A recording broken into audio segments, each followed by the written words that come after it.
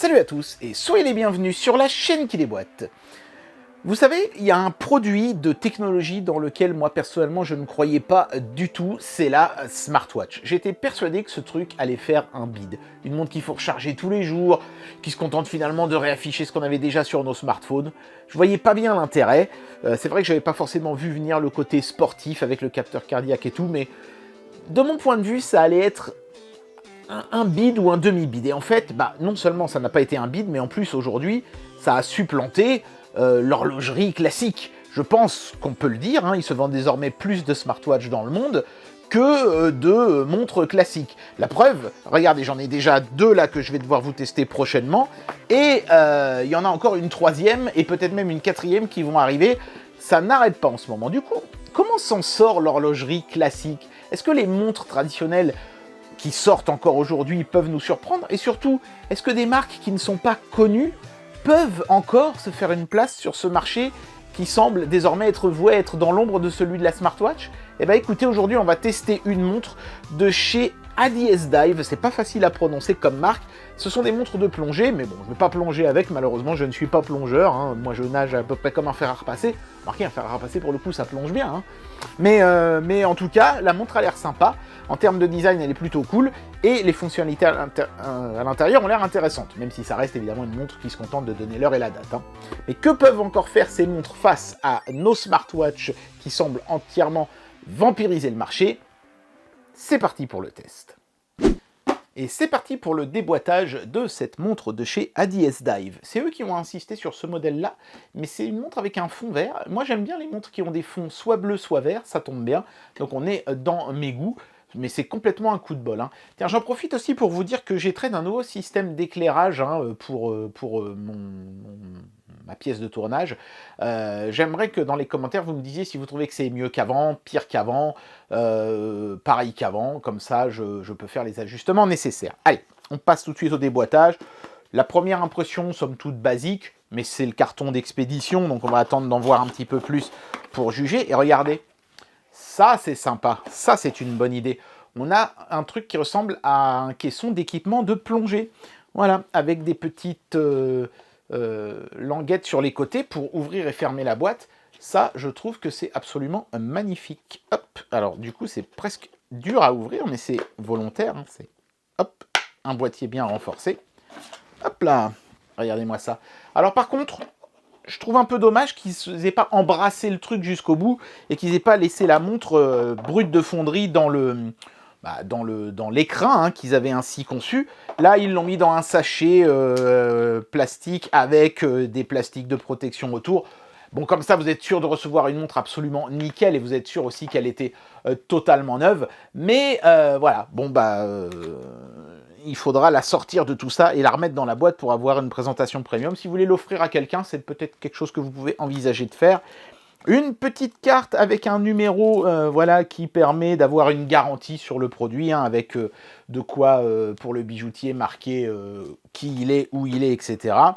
La date d'achat, le manuel d'utilisation, voilà, qui est en plusieurs langues. Là, je vois espagnol, allemand, italien. Est-ce qu'on va avoir du français? Oui. Et ben voilà. Vous verrez, vous me direz si ça vous convient la traduction. Et il y a un petit chasse-goupille, voilà, qui est juste une petite pointe, hein, littéralement au bout d'un petit manche métallique. Moi j'en ai un qui est mieux puisqu'il est avec une molette qu'on tourne et un système pour bloquer le bracelet. Mais c'est bien d'en fournir un parce que ça vous évite la visite chez le bijoutier pour pouvoir régler la taille du bracelet, tout simplement, hein. C'est un bracelet métal, donc il faut chasser des mailles pour adapter la taille. Et ça, en général, on va chez le bijoutier. Vous pourrez tenter l'expérience vous-même avec ça, ou alors vous prenez un chasse-goupille, moi c'est ce que j'ai fait, à 3 balles sur AliExpress, et vous pouvez faire du travail propre. Allez, on va regarder la montre de plus près maintenant. Voilà, donc cette montre se présente dans un sachet refermable, pas forcément super premium, mais par contre c'est un sachet qui est épais. Je sais pas trop comment vous décrire ça, mais c'est assez agréable. La petite étiquette de la marque, qui est vraiment sympa.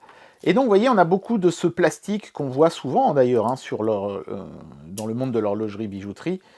Alors, je ne sais pas comment ils ont coincé l'étiquette là-dedans. Je pense que je vais être obligé de la couper. C'est pas très grave. Hop, on va enlever le petit papier ici. Et après, ce sont des plastiques semi-adhésifs, hein, qui s'en vont un peu comme des protège-écrans sur un téléphone. J'enlève tout le bazar et on regarde la montre de plus près. Voilà, bon bah j'ai bien fait d'enlever tout ce bazar hors caméra parce qu'il y en avait vraiment beaucoup. Hein. Ça c'était sur la boucle, ça c'était sur la partie haute et basse du boîtier, ça c'était sur l'envers de la boucle, vous allez comprendre pourquoi dans un instant. Bon ça c'était à l'intérieur de la boucle, j'imagine pour pas qu'elle se raye sur elle-même, la petite étiquette. L'envers du boîtier qui a un petit film protecteur avec le petit trait rouge, je ne sais pas si vous le verrez, qui permet de certifier que la montre n'a jamais été portée, puisque ce trait rouge il s'efface au contact de la peau. Et j'ai en retiré des mailles, donc 2 d'un côté du bracelet, une de l'autre, parce que je trouvais qu'en en enlevant que 2, c'était encore un peu lâche. En enlevant une 3e, c'est peut-être limite presque trop serré, mais ça va. De toute façon, ces bracelets à mailles, on ne peut jamais trouver le réglage parfait, à moins d'avoir de la chance. Et j'ai utilisé le chasse-goupilles fourni, et ça s'est très bien passé. Les goupilles se sont bien expulsées sans aucune difficulté. Donc voilà, vous n'aurez rien à acheter pour pouvoir faire porter cette montre immédiatement avec le bon réglage. Et maintenant, on va regarder la montre de plus près.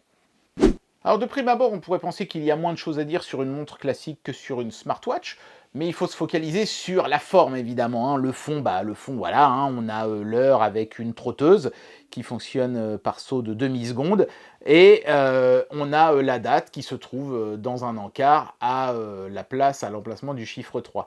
La couronne est une couronne qui se dévisse, c'est-à-dire qu'il faut la tourner comme ceci pour qu'elle saute, entre guillemets. Vous allez voir ce qui va se passer.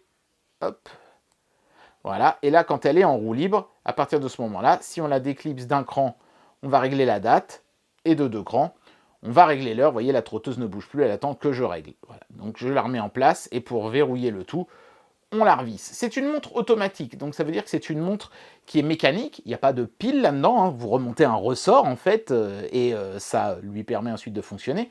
Donc pour remonter le ressort, vous dévissez la couronne et ensuite vous la tournez à vide, sans avoir déclipsé quoi que ce soit, mais vous pouvez aussi tout simplement la porter, et le mouvement que vous allez imprimer à la montre va faire tourner un poids à l'intérieur qui va recharger le ressort. Et en fait, c'est un mouvement de chez Seiko bidirectionnel, c'est-à-dire qu'en fait, que le poids tourne dans un sens ou dans l'autre, ça remontera le ressort. C'est pas toujours le cas, faites bien attention. Et le fait qu'on ait un moteur Seiko me fait dire qu'on devrait avoir une montre précise, même si pour ça, il faudra que je l'ai portée pendant plusieurs mois pour être totalement catégorique. Voilà, donc ça, c'est pour le côté fond. Maintenant, la forme, écoutez, on a un chouette cadran. Attendez, je vais essayer de l'éclairer un peu plus. Hop. On a un très chouette cadran avec un fond vert qui est absolument magnifique. Moi, j'aime beaucoup. Lisse avec un côté un peu vinyle, je ne sais pas comment décrire ça, ou compact disque au centre, là, qui est très chouette. Et un côté granuleux plus mat sur les bords. C'est très joli, cette association de textures, hein, je sais pas comment utiliser d'autres termes que ça. En plus de ça, on a des chiffres qui sont phosphorescents dans le noir et qui sont jaunes assez classe, qui contrastent bien, je trouve, avec le vert du fond du boîtier.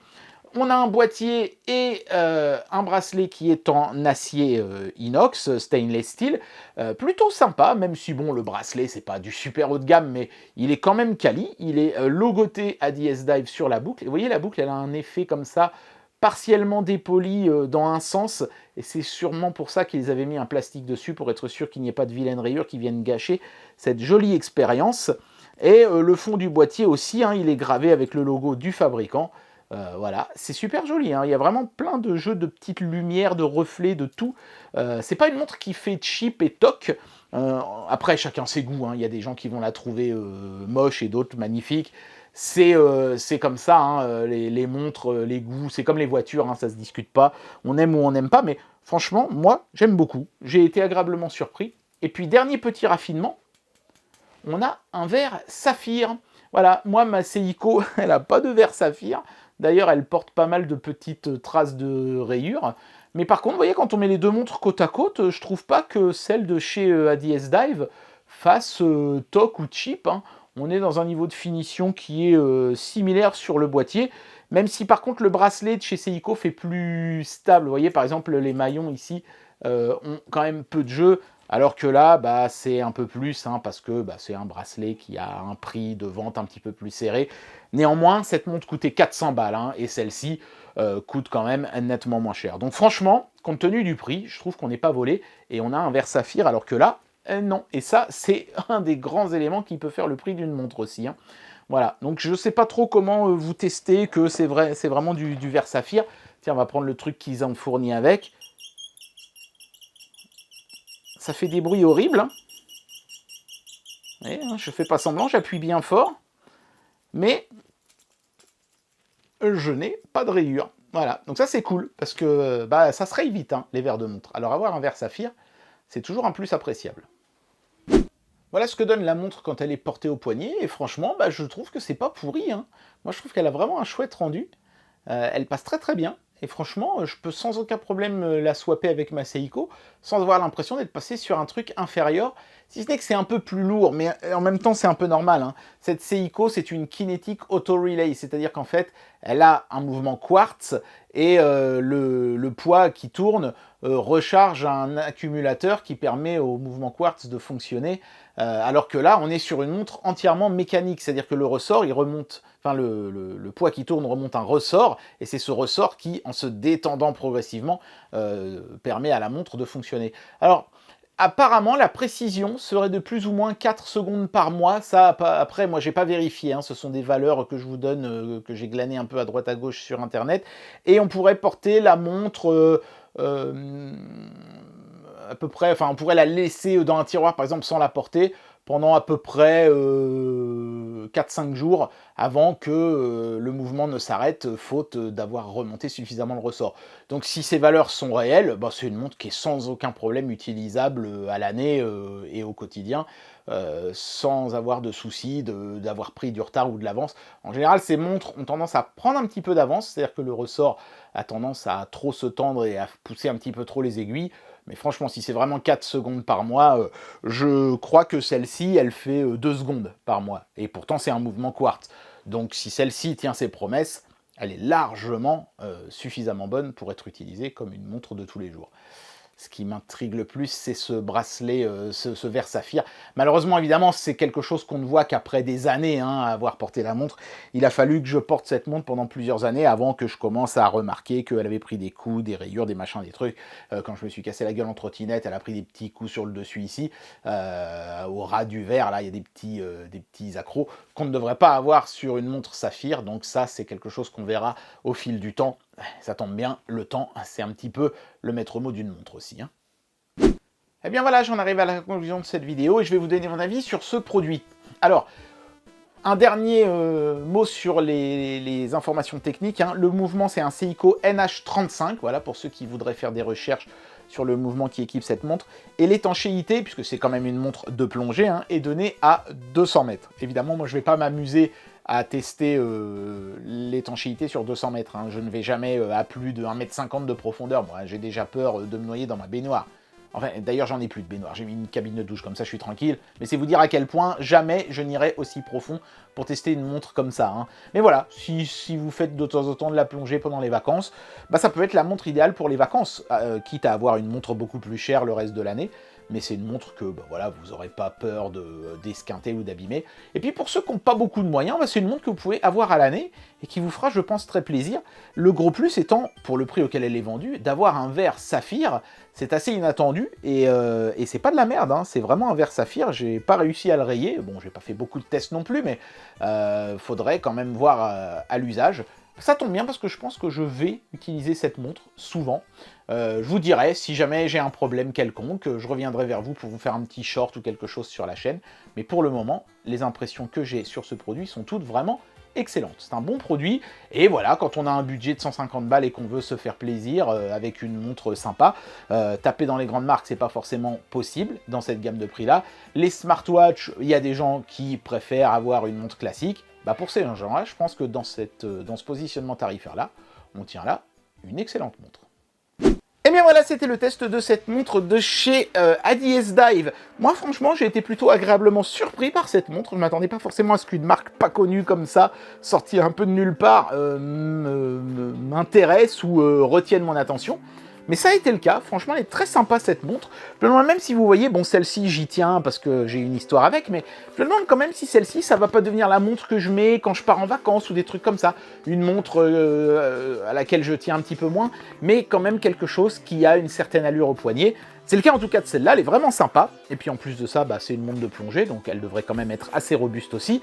J'aime beaucoup le verre en saphir, j'aurais aimé qu'il y ait ça sur ma Seiko, mais c'est pas le cas. Donc ouais, un produit qui est quand même intéressant et qui, pour une somme qui finalement tourne autour des smartwatches milieu de gamme, bah ma foi, peut s'avérer être un choix que je trouve pertinent et intéressant. Même si évidemment ça n'a pas toutes les fonctions d'une smartwatch. J'espère que cette vidéo vous aura intéressé, et moi je vous dis à très bientôt pour un prochain test. Allez, tchuss!